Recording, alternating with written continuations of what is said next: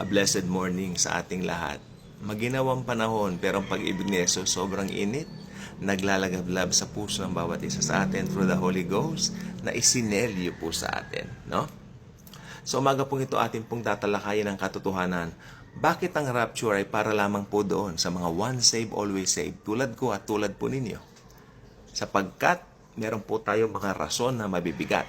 Sinabi ni Jesus sa John 14:6, I am the way, the truth, and the life, and no one cometh to the Father but through me. Amen? At may binanggit din ng Panginoon sa John chapter 10, yung no one can snatch them away from my Father's hand. Ibig sabihin, selyado po tayo.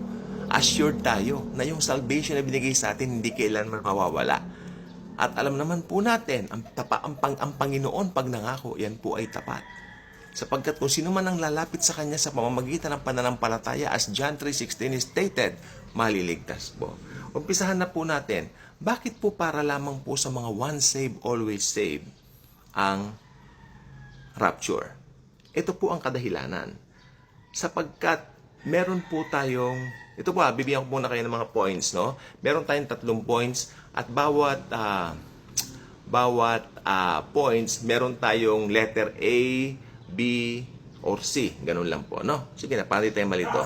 Number 1, the sealing and assurance of the body of Christ. Meron po tayong letter A, permanent sealing. Permanente po yung selyo sa atin. Believers are considered sealed by the Holy Spirit the moment they believe, making them secure forever. Proponents argue that if a believer could lose their salvation, the promise of eternal life would not truly be eternal. Tama. Kasi ba naman, kapag ka naniniwala ka na nawawala yung salvation mo, yung promise ng eternal life, hindi na po siya eternal. Kasi naniniwala ka, you could lose your salvation. At ito pang masaklap, ikaw ang makakawala. Tapos pag magre-repent ka, magbabago ka dahil sa gawa mo na yung salvation mo. Amen? Kaya, tama nga po naman, selyado po tayo. Ibig sabihin, hindi na yung sin ang issue doon, kundi kung sino ba yung tinanggap mo. Ang mga Kristiyano po nagkakasala pa rin po, tandaan po natin yan. Pero hindi na po tayo ganado sa kasalanan, hindi na po tayo tumatagal doon sapagkat nire-remind tayo ng Holy Spirit na may bago na tayong nature. O letter B, under doon po ito sa sealing and assurance of the body of Christ. Ito yung letter B, the complete body.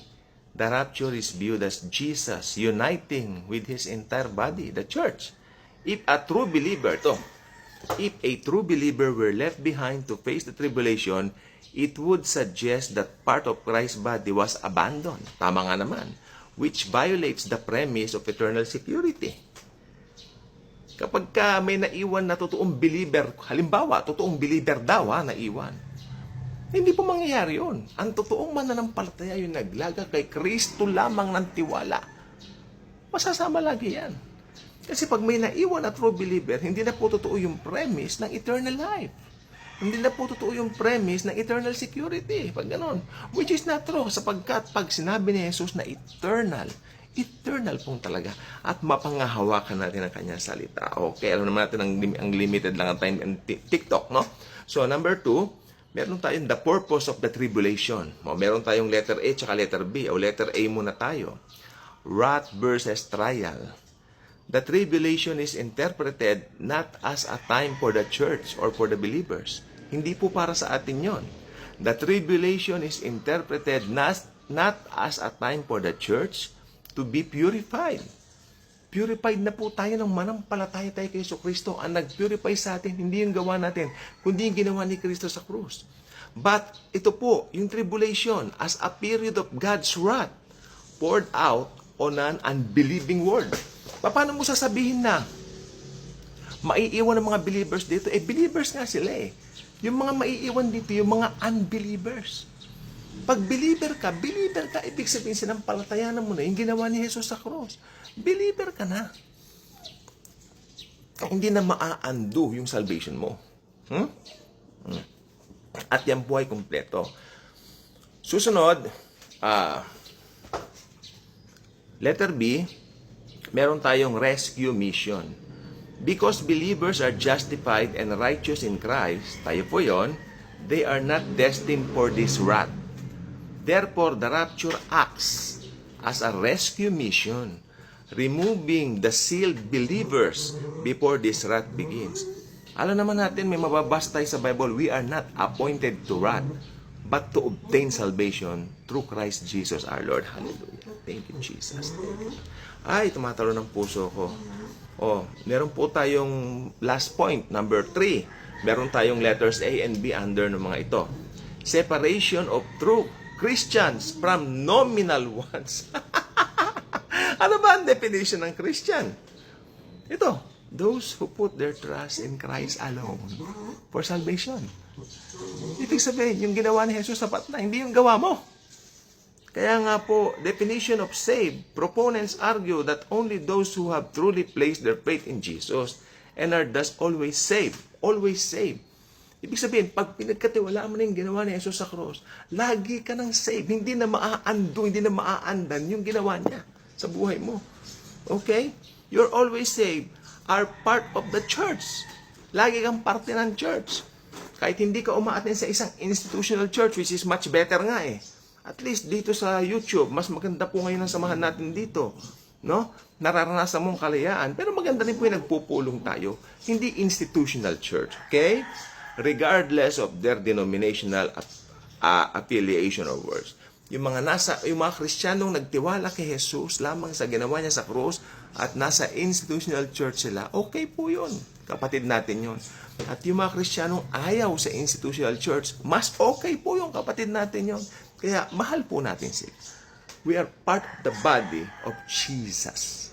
Okay? Yan po ang church. Hindi po building ang church. Ngayon, anong tatawag po doon sa mga building na church? The church building, but that is not the church itself. Ang church ay ikaw.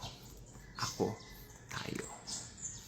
Letter B, under the number 3, point natin, separation of true Christians from the nominal. Ito po yung left behind. Ano yung mga left behind? Proponents suggest that Christians who are left behind are those who never truly trusted Christ or were half-hearted and will therefore go through the tribulation to refine their faith. You know what? Magkwekwento ako ng konti. May isang 62 years old na matanda na rin po siya. Matagal na raw siyang Kristiyano. Baka hindi pa ako pinapanganak daw, Kristiyano na siya. Well, alam nyo, sabi niya, natatakot ako. Hindi, sabi niya, natatakot ako, baka magalit ang Panginoon, masumpa ako. Yun ang tingin niya sa Panginoon. Kasi yung Bible daw niya, iniingatan niya, baka raw magalit ang Panginoon. Sabi ko sa isip ko naman, bakit ganun baka babaw ang Panginoon para magalit? Kung mo na ilagay mo yung Bible mo kung saan. Susumpain ka na niya dahil doon. Ibig sabihin, hindi nila alam yung ginawa ng Panginoong Jesus sa krus ng Kalbaryo. At nakakatakot po yun. At saka panay husga po ang bibig niya. Ay, mga ganun sila. Pero sila daw, ganun. Kami. Lagi kami nagpre-pray, lagi ako nagdadasal. I'm a prayerful person. Pinagmamalaki niya yung gawa niya. Magugulat siya, maiiwan po siya. Ngayon pa lang sinasabi ko, maiiwan siya hanggang hindi niya babaguhin yung mindset niya. Sapagkat ang mga mararapture po, tulad po ng nandito po, base po dito sa pinag-aaralan natin, ay yung mga nagtiwala lamang kay Jesucristo, 100% ng kanilang pagtitiwala dun sa tinapos niyang gawa sa krus ng Kalbaryo. No more, no less. Left behind, again, ulitin natin, proponents suggest that Christians who are left behind are those who never truly trusted Christ. Akala nila dahil nandun sila sa isang institution, sa isang samahan, nagtiwala sila kay Kristo raw. Hindi po ganon. Ang pagtitiwala kay Kristo ay sapat na yung ginawa niya sa cross at wala ng iba. Okay? And will therefore go through, sila po, they will go through the tribulation to refine their faith. Okay? So, yan lang po. Ang gusto ko sabihin po sa umagang ito, nasaan po kayo dito sa mga binanggit? Kayo ba yun nandun sa mga Kristiyano nagsasabi at pinagmamalaki ang sariling gawa nyo? O nandun kayo sa mga Kristiyanong sapat na yung ginawa ni Jesus sa cross para kayo ay maligtas? Comment down below and let me know your opinion and answers. Pero please lang po, huwag mag-uumpisa ng argumento, huwag mag-uumpisa ng away at ng kung anumang pagtatalo. Ka-good vibes ka na ba? Kung hindi ka pa ka-good vibes, maging ka-good vibes ka na by clicking the subscribe button, share this video, share the love in the wonderful love of Jesus. Thank you. God bless.